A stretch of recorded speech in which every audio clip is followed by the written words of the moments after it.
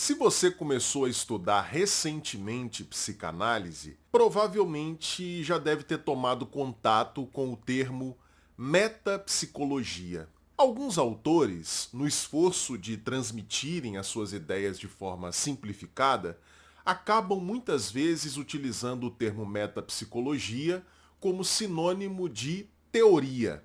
Então, a teoria psicanalítica, a parte teórica do universo psicanalítico seria a metapsicologia. Mas isso não está inteiramente correto. Para sermos mais rigorosos, nós precisamos entender que a metapsicologia não é exatamente a teoria psicanalítica como um todo, mas é um conjunto de determinados aspectos teóricos da psicanálise. E eu quero, neste vídeo, explicar para você, em humanês, de maneira simples, didática, leve, o que é de fato a metapsicologia e qual a diferença entre enunciados metapsicológicos e outros enunciados que também fazem parte do corpo teórico da psicanálise. Para você que não me conhece, o meu nome é Lucas Napoli. Eu sou psicólogo, psicanalista, tenho doutorado em psicologia clínica. Seja muito bem-vindo ao canal Psicanálise em Humanês.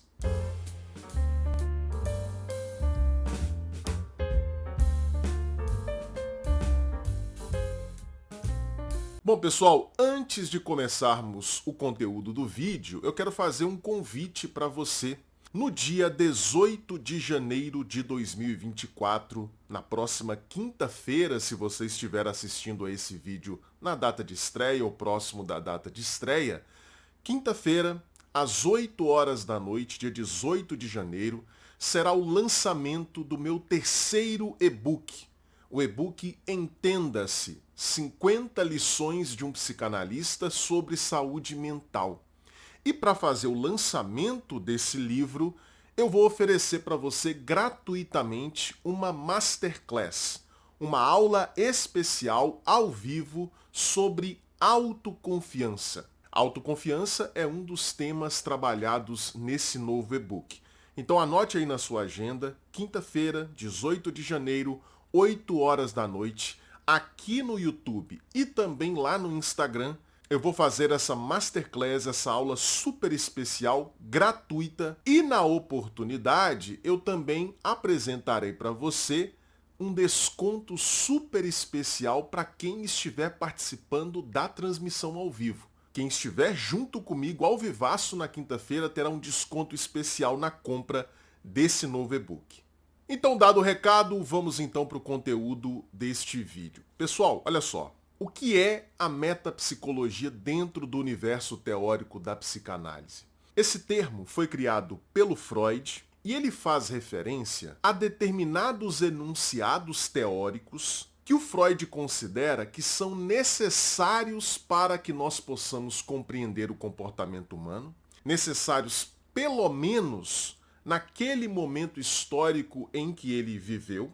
Ele entendia que certos enunciados metapsicológicos talvez no futuro pudessem ser abandonados em função de novas descobertas sobre o funcionamento do cérebro, do sistema nervoso, do comportamento humano de maneira geral. Mas, num primeiro momento, ele entendia que aqueles enunciados que ele estava chamando de metapsicológicos eram necessários para compreender o comportamento humano. Ok, Lucas, mas o que tem de específico nesses enunciados? Ora, o Freud entende que os enunciados metapsicológicos, os conceitos metapsicológicos, as ideias metapsicológicas, elas são suposições.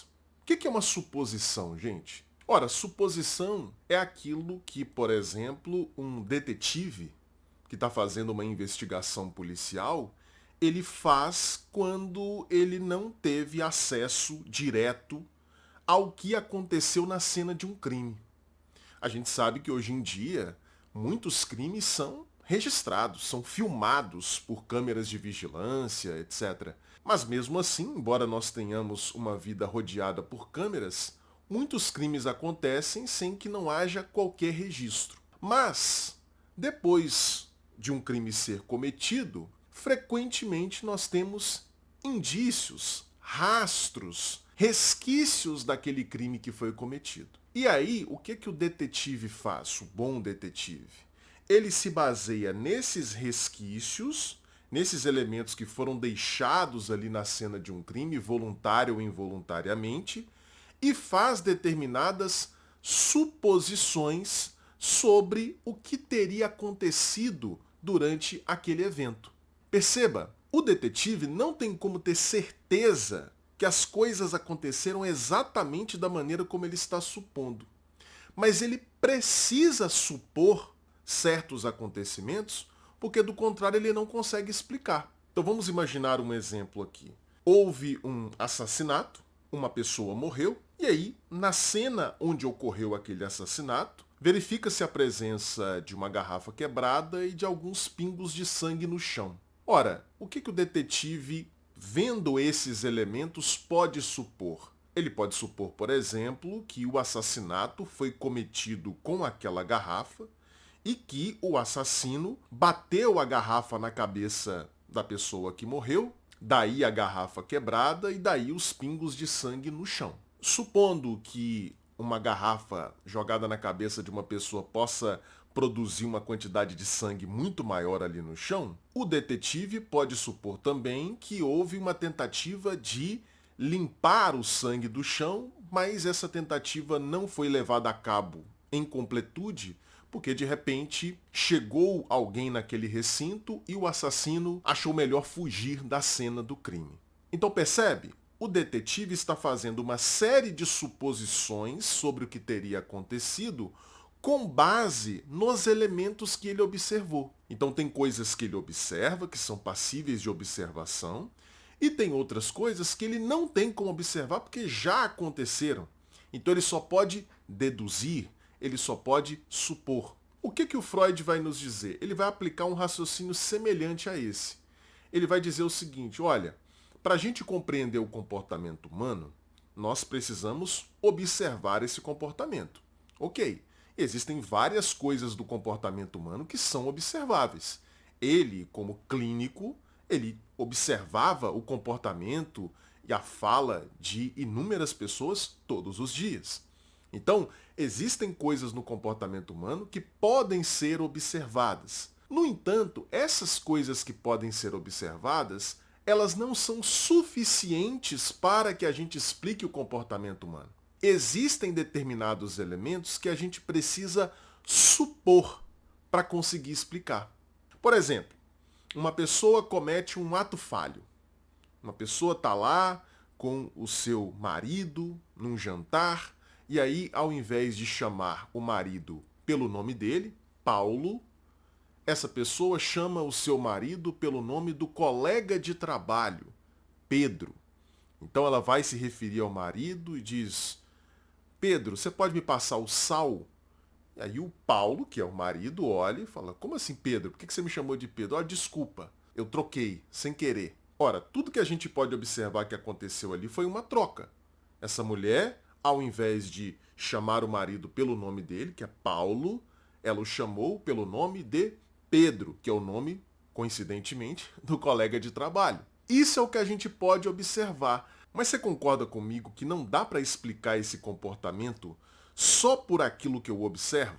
Por que essa mulher trocou Paulo por Pedro? Eu só posso explicar esse comportamento fazendo certas suposições. E como eu já expliquei, suposições não são observáveis. Estão para além daquilo que pode ser observado. O que significa o prefixo meta, que está presente na palavra metapsicologia? Significa justamente aquilo que está além. É um prefixo grego. Significa aquilo que está para além.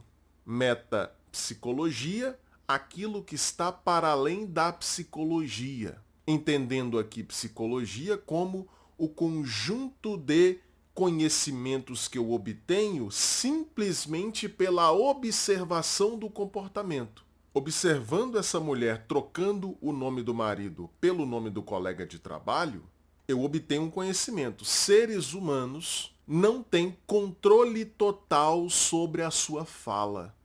Eles muitas vezes podem falar coisas involuntariamente. Ela tinha vontade de chamar o marido pelo nome dele, Paulo, mas ela acabou chamando pelo nome do colega de trabalho. Então, seres humanos podem ter comportamentos involuntários, seres humanos podem trocar as palavras que desejam falar. Isso tudo eu consigo compreender, eu obtenho esse conhecimento a partir da pura observação daquela experiência. No entanto, para compreender integralmente o que está acontecendo ali, não basta que eu observe. Eu preciso colocar naquela situação uma suposição que, evidentemente, por ser suposição, eu não consigo observar. Nesse caso especificamente, qual é a suposição que nos permite compreender o que aconteceu? Ora, é uma suposição metapsicológica chamada inconsciente. Inconsciente é um dos conceitos metapsicológicos inventados pelo Freud. Eu não consigo observar o inconsciente. Não tem como, gente. Porque o inconsciente é uma suposição. Eu preciso supor a existência do inconsciente para entender o que aconteceu ali. Se essa mulher chamou o marido por outro nome, então eu posso compreender essa situação supondo o seguinte: conscientemente, ela queria chamar o marido pelo nome dele, que é Paulo, mas inconscientemente ela gostaria de estar naquele momento com o colega de trabalho, Pedro. Então, se eu suponho a existência de um desejo inconsciente pelo Pedro, eu consigo compreender aquela situação. Essa mulher trocou o nome do marido porque inconscientemente ela gostaria de estar naquele momento com o Pedro. Essa é apenas uma possibilidade, tá, gente? Porque a gente poderia fazer outras suposições. Por exemplo, a suposição de que certo comportamento feito pelo marido fez essa mulher se lembrar do colega de trabalho. E isso a levou a trocar o nome do marido pelo nome do colega. Mas aí a gente poderia perguntar para essa mulher: você percebeu que tal comportamento do seu marido fez você se lembrar do colega Pedro? Ela vai dizer: não. Tudo que a gente sabe é que ela trocou o nome, porque isso a gente consegue observar. Mas o fato de possivelmente ela ter se lembrado do colega de trabalho em função de um comportamento do marido, isso a gente não consegue ver. A gente precisa supor. Assim como um detetive, quando vai à cena de um crime e não tem registro do crime, ele precisa supor o que aconteceu. Você pega, por exemplo, aquele caso do goleiro Bruno. As investigações chegaram à conclusão de que ele foi o mandante do assassinato da Elisa Samúdio. Mas houve registro desse crime? Houve registro do pedido do Bruno para que determinados companheiros fizessem o assassinato? Não. Nós não temos nenhum registro do que de fato aconteceu. Mas, graças aos indícios que foram deixados por todas as pessoas que participaram dessa situação, os investigadores puderam deduzir, supor o que provavelmente teria acontecido.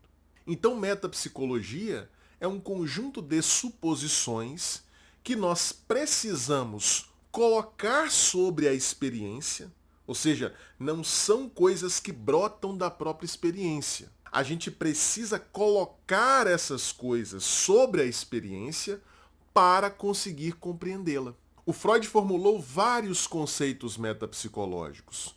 O inconsciente é um deles, mas também nós temos os conceitos de pulsão, trib, é um outro conceito metapsicológico. Eu não consigo ver a pulsão, mas se eu coloco a ideia de que existe em todos os seres humanos determinadas pulsões, isso me permite compreender o comportamento das pessoas. Se eu suponho a existência de um processo como recalque, por exemplo, ou seja, a repressão para o inconsciente de determinadas ideias, eu consigo compreender melhor o comportamento das pessoas. Se eu suponho, por exemplo, em todas as pessoas a existência de uma energia psíquica chamada libido, eu consigo compreender melhor o comportamento das pessoas. Eu consigo observar a libido? Não. Eu consigo observar a pulsão? Não. Eu consigo observar o inconsciente? Não. Essas três coisas são conceitos, são suposições que eu aplico sobre a experiência e isso me permite compreender melhor essa experiência. Dentro do campo psicanalítico, preste bastante atenção nisso. Dentro do campo psicanalítico, nós temos vários enunciados que não são metapsicológicos.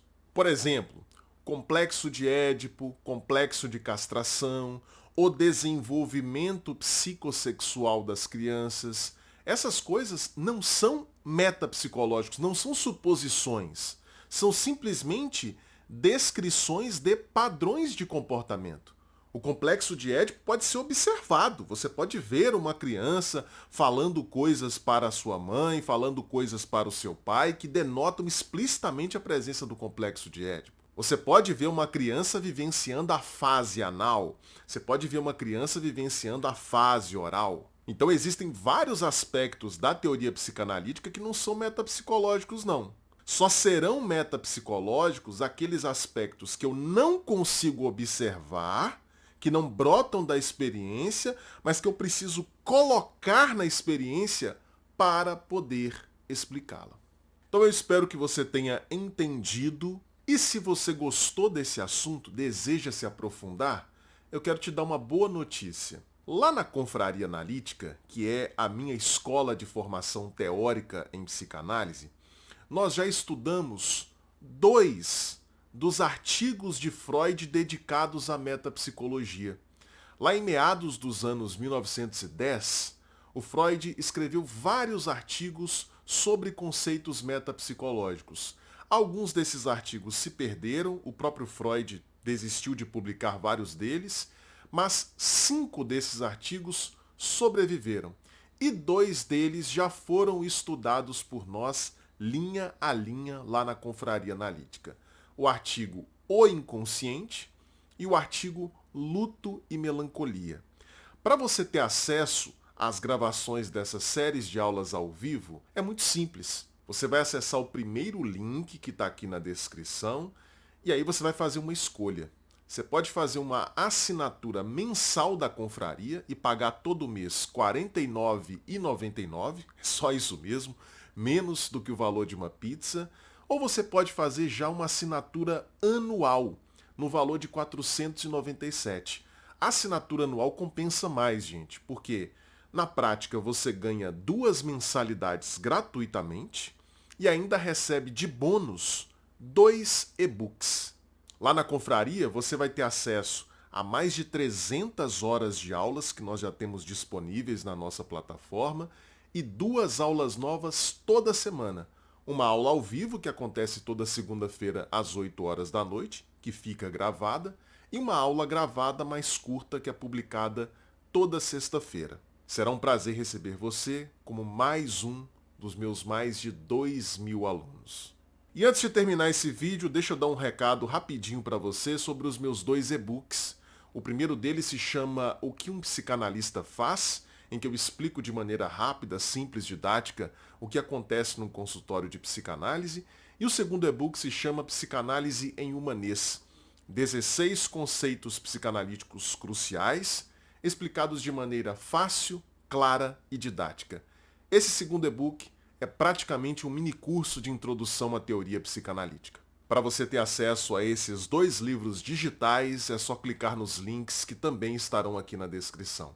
Bom, e se você gostou desse vídeo, não deixe de dar o seu like, não deixe de se inscrever no canal para você não perder os próximos vídeos. Faça um comentário sobre o que você achou desse vídeo, sugira temas para os próximos e não deixe de compartilhar com todos os seus amigos. Eu encontro você então no próximo vídeo. Um grande abraço. Tchau, tchau.